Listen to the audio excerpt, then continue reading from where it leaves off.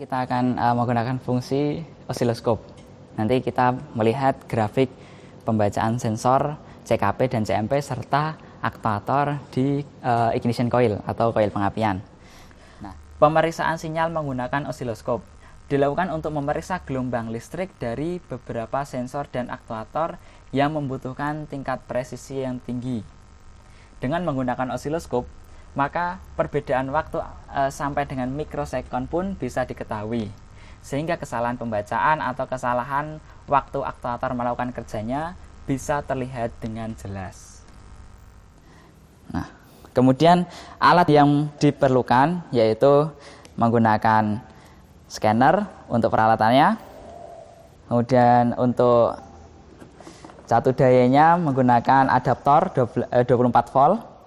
Kemudian untuk menggunakan kabel osiloskop, kemudian jarum untuk mengakses pada tembaga kabel, kemudian manual book Toyota Avanza. Nah, kita memasang peralatannya seperti ini. Nah, ini pertama ada kabel ini, yang sebelah sini kita masukkan ke channel 2. Oke, channel 2. Kemudian dari sini ini untuk kabel ground. Nah, kabel ground ini udah ada kabel groundnya. Masukkan sini. Kemudian dari sini yang ini kasihkan ke ground, terserah bisa di mana saja. Kemudian yang ini, saya sebelumnya sudah memasukkan ini jarum ke kabel nomor 2. Nah, kemudian yang sini masukkan ke dalam sini. Seperti ini. Kemudian untuk power dari scannernya sendiri, fungsi osiloskop kita menggunakan catur daya 12 volt dari adaptor sendiri. Begitu. Kemudian kita on-kan. Nanti akan ada dua pilihan pembacaan gelombang, yaitu auto setup dan manual setup. Auto setup adalah mode pengukuran di mana tegangan dan waktu akan diatur secara otomatis ketika memilih sensor serta jenis sensor yang ada. Contohnya CMP yang mempunyai 3 jenis sensor, yaitu Hall effect, optik, dan magnetik. Kemudian manual setup adalah mode pengukuran yang mana semua akan diatur secara manual oleh pengguna. Maka dari itu, dalam pembelajaran ini kita akan menggunakan manual setup. Masuk ke menu yang tadi, menu utama di halaman depan, kita pilih osiloskop. Nah, dari fungsi osiloskop ini nanti kita pilih ke manual setup. Oke, jadi ini merupakan hasil fungsi osiloskop untuk mengecek sinyal IGT pada pengapian. Nah, bisa dilihat kita setnya di 2 volt dan 20 milisekon. 2 volt maksudnya satu kotak di sumbu Y ini merupakan bernilai 2 volt. Kemudian 20 milisekon bermaksud satu kotak di sumbu X nilainya 20 milisekon. Jadi kalau bisa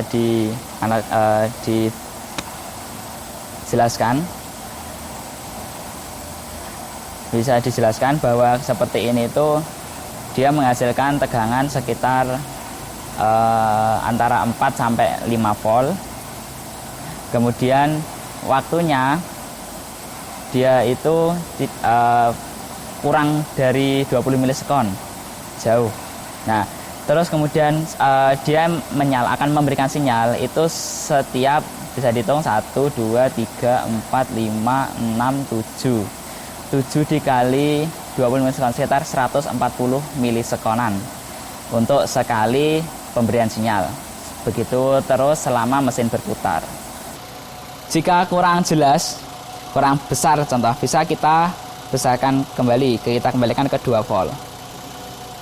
Nah, lebih jelas lagi, atau kita turunkan jadi 1 volt. Nah, karena melebihi batas bisa kita turunkan.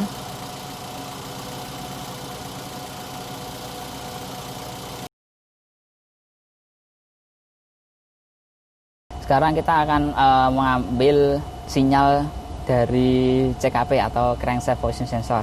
Kita mengambilnya dari sini, dari soket ecu langsung, di pin nomor E811 atau E821. Kita masuk ke setup, manual setup.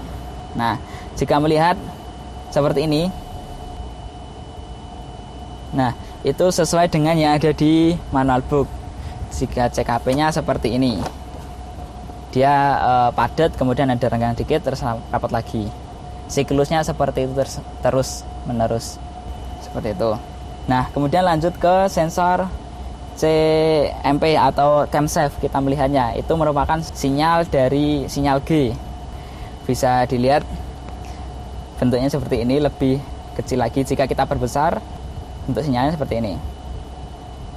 Nah, stop coba. Nah, dia ada 3 kali gelombang, kemudian jeda 1 gelombang, dan kemudian lanjut lagi 3 gelombang. Pinnya sinyal G itu atau CMP di E818. Setelah melakukan praktikum, maka selanjutnya adalah pengisian data hasil praktikum serta melakukan analisis terhadap data yang diperoleh. Dalam laporan sementara, terdapat 1 rangkaian sensor, CKP, CMP, dan koil pengapian, serta 4 buah tabel pemeriksaan.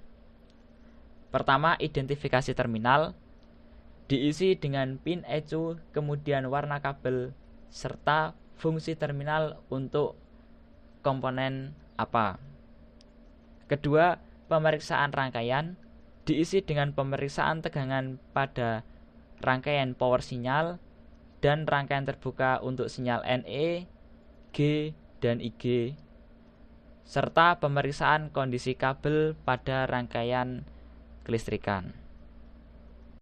Pemeriksaan sinyal, diisi putaran mesin berapa, lalu tulis hasil pemeriksaan frekuensi sinyal IG, kemudian sinyal NE, lalu sinyal G.